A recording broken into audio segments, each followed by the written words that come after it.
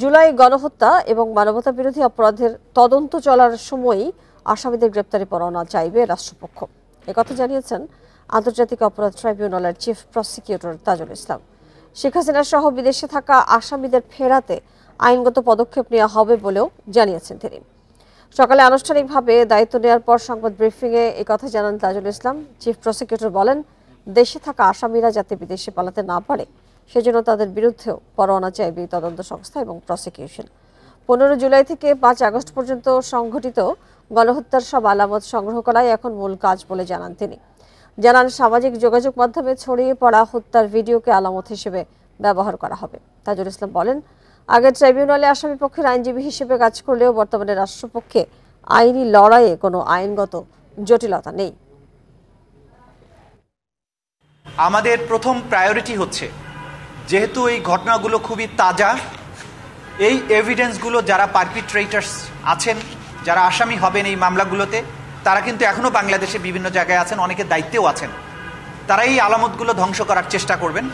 আমাদের প্রথম প্রায়োরিটি হচ্ছে এই হত্যাকাণ্ড, গণহত্যার যে আলামত আছে এগুলোকে সংরক্ষণ করা, দ্রুততম সময়ের মধ্যে এগুলোকে সংগ্রহ করে প্রসিকিউশন এবং তদন্ত সংস্থার হাতে নিয়ে আসা, যাতে করে ন্যায়। আলোচনাতে আন্তর্জাতিক অপরাধ ট্রাইব্যুনাল আদালত থেকে যোগ দিচ্ছেন সহকর্মী জাহিদুল বাশার। আর জাহিদুল, যেটা জানতে চাই, যে তদন্ত চলাকালে এই গ্রেপ্তারি পরোয়ানার বিষয়টি একটু বিস্তারিত জানাবেন, কি ব্যাখ্যা তারা দিয়েছেন?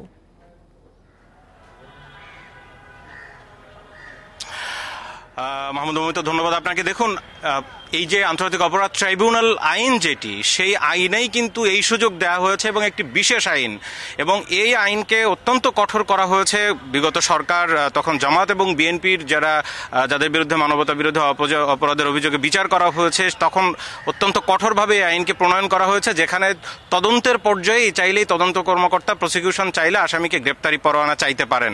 এবং সেই আইনের বলেই কিন্তু আজকে চিফ প্রসিকিউটর যিনি গতকালকে নিয়োগ হলেন, যিনি আজকে দায়িত্ব নিয়েছেন, তাজুল ইসলাম, তিনি বলেছেন যে আসামিরা যাতে করে যারা বিদেশে রয়েছে তাদের ফিরিয়ে আনা, এবং যারা বাংলাদেশে রয়েছে তারা যাতে বাংলাদেশের বাইরে পালিয়ে যেতে না পারে, অর্থাৎ বিচারিক প্রক্রিয়া এড়িয়ে যেতে না পারে, যার কারণে তাদের তদন্তের পর্যায়েই কিন্তু গ্রেপ্তারি পরোয়ানা চাওয়া হবে, তেমনটি তিনি আমাদেরকে জানিয়েছেন। এখানে সকাল থেকে যখন তিনি এই ব্রিফিং করছিলেন, সেই ব্রিফিংয়ে কিন্তু তিনি স্পষ্ট করে কয়েকটি বিষয় এনেছেন। তাজুল ইসলাম বলেছেন যে দেখুন, 15 জুলাই থেকে 5 আগস্ট যে জুলাই গণহত্যা এবং মানবতা বিরোধী অপরাধের অভিযোগ, সাবেক প্রধানমন্ত্রী শেখ হাসিনা সহ তার সরকারের অনেকের বিরুদ্ধেই কিন্তু প্রায় 12-13টি মামলা হয়েছে। এরই মধ্যে সেই মামলায় অসংখ্য আসামি করা হয়েছে। তো এই আসামিদেরকে গ্রেপ্তার করা এবং এই মামলার বিচারিক প্রক্রিয়া হিসেবে সবার আগে যেটি দরকার এই মুহূর্তে, সেটি হচ্ছে যে তদন্ত সংস্থার হাতে যথেষ্ট আলামত আসা দরকার। সুতরাং তারা প্রাথমিকভাবে সেই আলামত সংগ্রহ করছে, এবং আলামতের ক্ষেত্রে আপনি জানেন অনেকগুলো ভিডিও ক্লিপ যেগুলো খুবই গুরুত্বপূর্ণ, সেই ক্লিপগুলো কিন্তু আলামত হিসেবে ব্যবহার করা যাবে, যেটি এই আইনের সুযোগ রয়েছে। যেখানে তিনি স্পষ্ট করে বলেছেন যে ইয়ামিন, যাকে আপনি জানেন যে সাভারের এপিসি থেকে যেভাবে ফেলে দেওয়া হয়েছিল, একজন পুলিশ সদস্য, তাকে টেনে হেঁচড়ে নামিয়ে দেওয়া হয়েছিল, সেই ক্লিপ। এরপরে সাভারে আরেকটি ঘটনা ঘটেছে, যেখানে দেখা যাচ্ছে যে একটি ভ্যানের উপরে লাশের স্তূপ করা এবং পরবর্তীতে আরেকটি গাড়ির ভিতরে লাশগুলো পুড়িয়ে দেওয়া। এই সমস্ত অনেকগুলো গুরুত্বপূর্ণ ভিডিও ক্লিপ যেগুলো সামাজিক যোগাযোগ মাধ্যমে আছে, সেগুলোকে আলামত হিসেবে গ্রহণ করা হবে। তিনি বলেছেন, চিফ প্রসিকিউটর তিনি বলেছেন যে এখন সবার আগে আরেকটি গুরুত্বপূর্ণ কাজ, যে যেহেতু এখন ভ্যাকেশন চলছে, যত দ্রুত সম্ভব সেই আন্তর্জাতিক অপরাধ ট্রাইব্যুনাল গঠন করা হবে, এখানে চেয়ারম্যান নিয়োগ দেওয়া হবে, বিচারকদের নিয়োগ দেওয়া হবে। যে যারা পালিয়ে আছেন, বিশেষ করে শেখ হাসিনার বিষয়ে আইনি প্রক্রিয়ায় যাবেন, তারা কি ধরনের আইনি প্রক্রিয়ায় যাবেন তাকে ফেরানোর বিষয়ে? সেটি ধাপে ধাপে। তবে সবার আগে তাদের যে মূল গুরুত্বপূর্ণ কাজ হচ্ছে যে যারা এখন পর্যন্ত এই মামলার আওতায় এসেছে তাদের বিরুদ্ধে আলামত সংগ্রহ করা।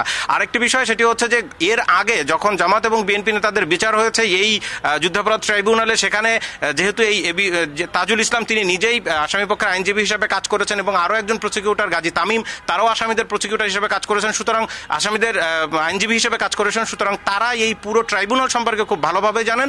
এবং এই প্রশ্নটি করা হয়েছিল যে ট্রাইব্যুনালের আইনের তেমন কোনো সংশোধন দরকার আছে কিনা। আজকে তারা কিন্তু বলেছেন মোটা দাগে তেমন কোনো সংশোধনের দরকার নেই। আন্তর্জাতিক অপরাধ ট্রাইব্যুনাল আইন 1973 যে অ্যাক্ট অনুযায়ী যেটি চলছে, সেখানে যথেষ্ট সুযোগ রয়েছে আসামিদেরকে কিন্তু বিচার করার, এবং সেই কাজটি তারা করবেন। তবে এটিই তারা নিশ্চয়তা দিচ্ছেন যে কোনো রকম যাদের বিরুদ্ধে মিথ্যা বা কোনোভাবে যারা এই গণহত্যা বা মানবতা বিরোধী অপরাধের সাথে জড়িত নয়, তারা যাতে কোনোভাবে বিচারের আওতায় বা কোনো ধরনের হ্যারাসমেন্টের শিকার না হন, সেই বিষয়গুলোতে তারা সতর্ক থাকবেন, তেমনটি কিন্তু আমাদেরকে জানিয়েছেন। তো সবার আগে তারা আজকে কেবল দায়িত্ব নিলেন, এবং আগামী অধীনে এই প্রসিকিউশনের অনেক কাজ রয়েছে, বিশেষ করে তদন্ত সংস্থা কেন্দ্রিক, সুতরাং সেই কাজগুলো তারা করবেন, তেমনটি কিন্তু ব্রিফিংয়ে কিছুক্ষণ আগে তারা আমাদেরকে জানিয়েছেন।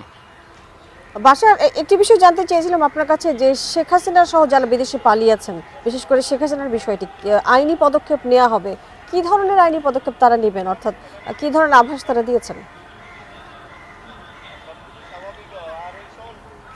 দেখুন, এইটির আন্তর্জাতিক অপরাধ ট্রাইব্যুনাল বা দুর্নীতি দমন কমিশন, এই যে বিশের বিচারগুলো যেখানে হয় সেখানে মামলার কিন্তু একটা প্রক্রিয়া একটু আলাদা আছে, যেটা সাধারণত আমরা থানায় যে মামলা করি সেখান থেকে একটু আলাদা। যেমন থানায় সাধারণত একজন ব্যক্তি যিনি সংক্ষুব্ধ, তিনি এজাহার দাখিল করেন, তিনি সরাসরি মামলা করছেন, মামলাটি কিন্তু তিনি সরাসরি করতে পারছেন এবং তার মামলা থানায় রেকর্ড করা হচ্ছে। কিন্তু এই ক্ষেত্রে এই আন্তর্জাতিক অপরাধ ট্রাইব্যুনালের নিয়মকানুন বা এখানের প্রক্রিয়াটি একটু ভিন্ন। যেমন প্রাথমিকভাবে আমরা দেখেছি যে আন্তর্জাতিক অপরাধ ট্রাইব্যুনালে যেই 11-12টি যে মামলা হয়েছে এবং প্রত্যেকটাই কিন্তু শেখ হাসিনা প্রধান আসামি করা হয়েছে, তার সরকারের মন্ত্রী, সাবেক পুলিশ কর্মকর্তারা রয়েছেন, গণমাধ্যম কর্মীরাও অনেকগুলোতে আসামি করা হয়েছে। তো এই সবগুলো মিলে এখানে প্রাথমিকভাবে আন্তর্জাতিক অপরাধ ট্রাইব্যুনালের যে তদন্ত সংস্থা যেটি ধানমন্ডিতে রয়েছে সেখানে অভিযোগ দায়ের করা হয়েছে, বিভিন্ন বাদীরা সেই অভিযোগ দায়ের করেছেন।